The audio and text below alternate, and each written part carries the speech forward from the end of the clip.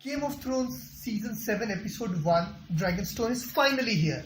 And boy, it does live up to the expectation. For people who've not seen it yet, major spoilers ahead. So beware.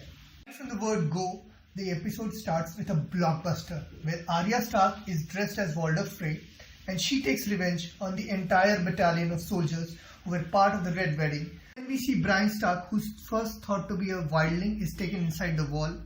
And then, wait for it, we have Jon Snow and Sansa Stark who have a little argument on whether Ramsay's kingdom should be given to the other soldiers or it should be left with the kingdom itself. And finally it is resting with the kingdom. And then they decide that they need to mine for Dragonstone so that they can kill the White Walkers. After the meeting, Jon Snow gets a raven from Cersei which says either you join us and face the consequences as traitors. Then cut to we see Cersei and Jaime Lannister thinking about their limited allies, and then they think of taking help from Euron Greyjoy, who comes to their palace and asks for Cersei's hand in return for the favor.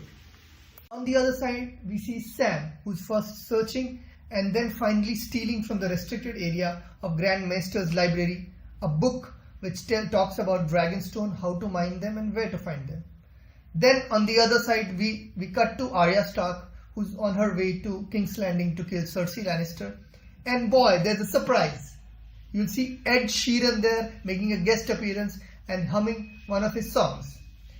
He sits there with Arya Stark and the other soldiers while Arya is on her way to King's Landing.